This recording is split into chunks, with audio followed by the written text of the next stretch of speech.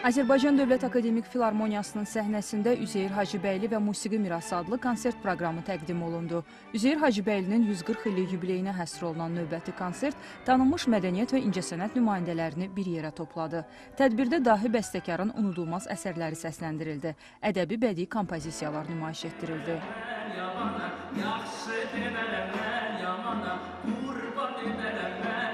Konsertin keçirilməsində əsas məqsəd dahi bəstəkarın dünya musiqisi tarixində tutduğu mövqeyini, musiqi mədəniyyətimizin inkişafındakı misilsiz xidmətlərini gənc nəslə tanıtmaqdır. Eyni zamanda mədəni irsi qorumaq və daha da inkişaf etdirməkdir.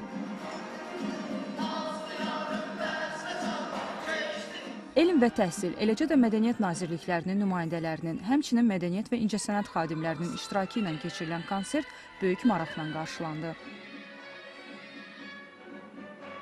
Xanım Paşazadə, Səbinə Bayramova, Sevgi Əlizadə, Mədəniyyət xəbərləri.